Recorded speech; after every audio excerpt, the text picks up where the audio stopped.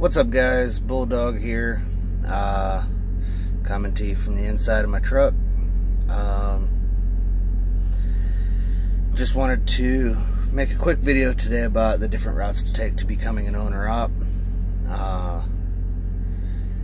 Basically leasing versus buying, and kind of my personal thoughts on it. Granted, I am no expert. I've done both, so it's just my personal opinion based on personal experience. You can take it as you will for face value or whatever.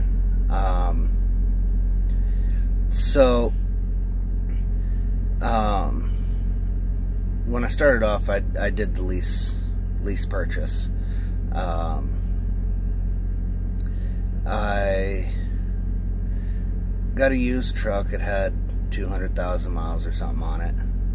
I was paying $700 a week.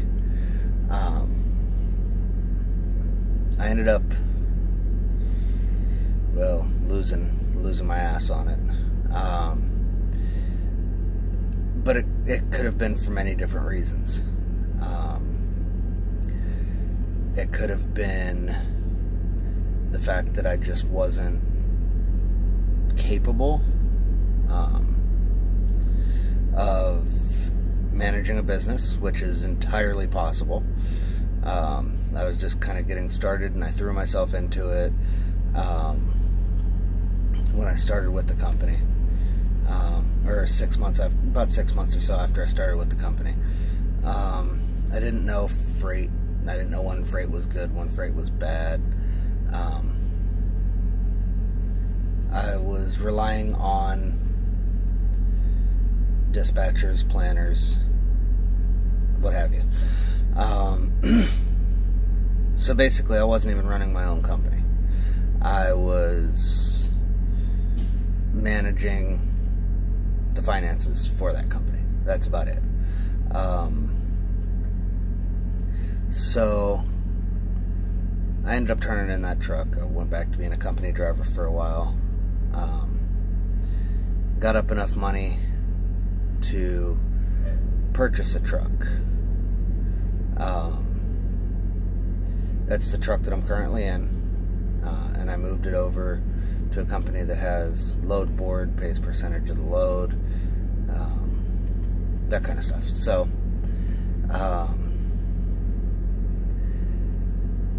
in my opinion,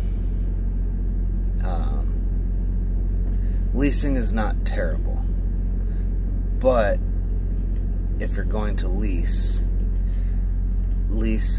from a company that pays, where you get to choose everything, where you get to pick what happens with that truck. I'm 90% sure, given that it's January 28th, 29th, something like that, that if I was being planned and dispatched, I would be most likely somewhere in the Midwest right now. They're having this massive storm come through with wind chills that could reach -50 in some parts, depending on where you're at.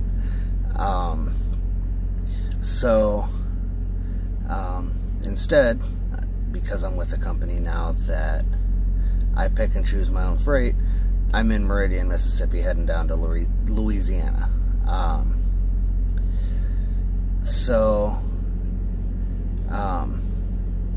This is just my personal experience. When I was leasing the truck from the company that I worked for, getting paid mileage, being dispatched, being planned, all of that stuff, I was paying $720 or something a week, somewhere around there, and that was just the truck payment. Then you have the insurance, and you have the plates, and you have the permits, and the Qualcomm, and all the other stuff that goes with it. Now, with purchasing a truck, I'm leased onto a company. I do not have my own authority, so I'm still paying for the insurance and the plates and the permits, that kind of stuff. But instead of $720 a week, I have $1423 or something like that once a month that comes out of my bank account.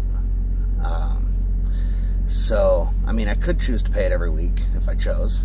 I just choose not to because I like watching my business bank account grow, so that I have enough for maintenance and stuff like that. It kind of helps me budget a little bit better. So basically, I'm paying half per month than I would leasing a truck. But leasing a truck through, I think the only one that does a load board pays percentage is Schneider, that does leasing. Leasing a truck through someone like Schneider, and I could be off base. I haven't done very much research on that, but leasing from a company like that would be better than leasing from, say, Swift, CR England, Prime, and not really knocking those companies because some people make it work, and I applaud and respect those people. But actually, I think Prime pays percentage, but like Swift, CR England, Celadon, that kind of stuff, they are, you're set per mile, you know. You'll get paid your $1, $5, $12 a mile, no matter how much the load pays. For instance, I did start with Swift. I was a few months ago in Fort Worth, Texas, and I saw a load that was heading from Fort Worth to Golden, Colorado. That load at 65%, which is what I make right now. That load at 65% with 100% of accessorials, paid $1,600, something like that. So it was paying a little over $2 a mile, 780 miles, whatever it is. Now, I used to run that load,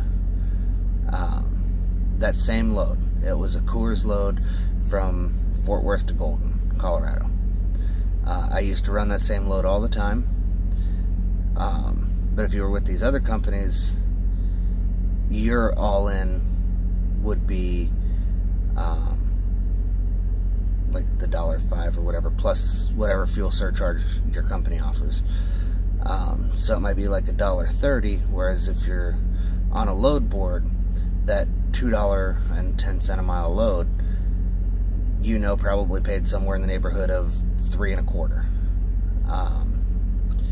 So that's why I recommend doing load boards with percentages, because when you're on a mileage, it doesn't matter how much the company that you're pulling for makes on it, you are still going to make the same. So that was just my 2 cents. It is much better to buy a truck. There are many places you can do it. You can do it at dealerships. You can do it at used truck dealerships, like where I got mine. I put $15,000 down on this truck. It was a used truck dealer. You can go through Lone Mountain. They usually have pretty low down payments, relatively reasonable per month. So it's just a matter of what you can afford, but save your money and purchase a truck, unless you're going to go with someone like, say, Schneider, that that has a lease purchase program, but also runs off a load board and pays percentage. That is the big thing, because you have to make sure that you can afford that truck payment every week, and the only way to do that is to have it clear cut what you're going to make. That was just my 2 cents.